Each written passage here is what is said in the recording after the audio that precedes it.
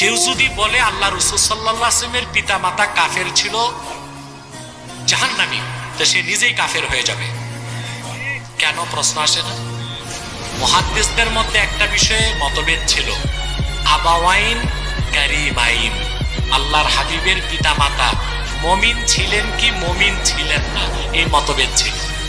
কিন্তু আল্লাহর হাবিব সাল্লাল্লাহু আলাইহি ওয়াসাল্লামের পিতা মাতা কাফের ছিলেন, জাহান্নামী ছিলেন, এইটা কোনো মুহাদ্দিস কলমে লেখে নাই, মুখেও বলে নাই। এটা বর্তমান ইহুদিদের কিছু দালাল বাংলাদেশে প্রচার করতেছে। ইমানদার হযরত আব্দুল্লাহ, হযরত আমিনা তো রাসূলুল্লাহর কালেমা পান নাই, তারা তো এর আগেই বিদায় নিয়েছেন। তো কাফের হবার তো প্রশ্নই আসে না। কাফের হবার জন্য তো ইনকার লাগবে।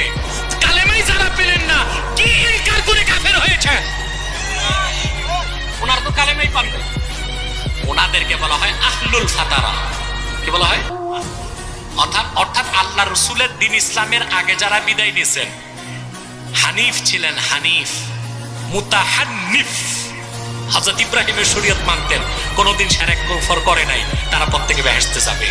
আল্লাহ রাসূলের বাবা মা জিন্দেগিতে মদ স্পর্শ করে নাই, কোনদিন মূর্তির সামনে মাথা নত করে নাই,